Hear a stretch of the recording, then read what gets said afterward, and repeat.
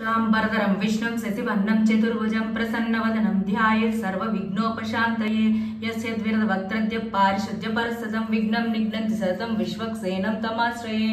व्यासं वसिष्ठनप्तारं सिक्ते पौत्रमकल्मषं पराशरात्मजं वन्दे सुगतातं तपोनिधिं व्यासाय विष्णुरूपाय व्यासरूपाय विष्णवे नमो वै ब्रह्मनिधये वासिष्ठाय नमो नमः। शान्ताकारं भुजगशयनं पद्मनाभं सुरेशं विश्वाकारं गगनसदृशं मेघवर्णं शुभांगं